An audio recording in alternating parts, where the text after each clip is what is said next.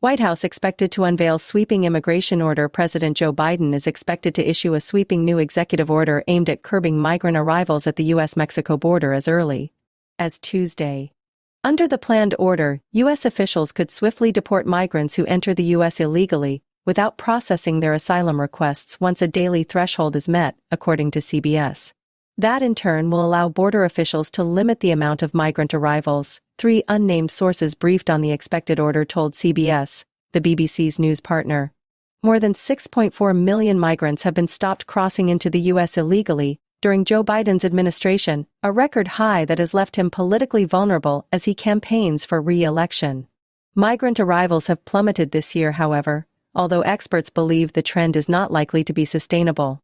CBS, the BBC's U.S. partner, and other U.S. news outlets have reported that Mr. Biden has been mulling use of a 1952 law that allows access to the American asylum system to be restricted. The law, known as 212(f), allows the U.S. president to suspend the entry of foreigners if their arrival is detrimental to the interests of the country. The same regulation was used by the Trump administration to ban immigration and travel from several predominantly Muslim countries and to bar migrants from asylum if they were apprehended crossing into the U.S. illegally, provoking accusations of racism. Asylum processing at ports of entry is expected to continue under the order.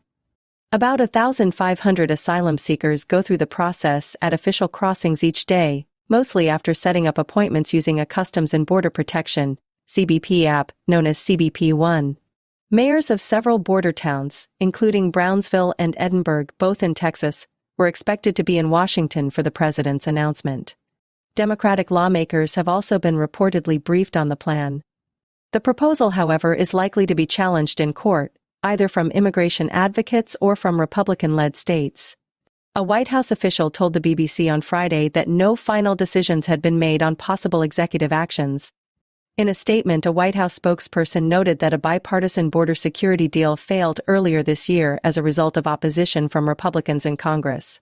While congressional Republicans chose to stand in the way of additional border enforcement, President Biden will not stop fighting to deliver the resources that border and immigrational personnel need to secure our border, the spokesperson said.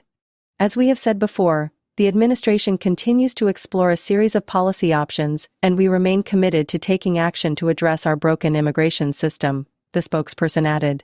Republicans criticized the Biden border plan as an election year ruse and argued that U.S. laws already exist to prevent illegal immigration.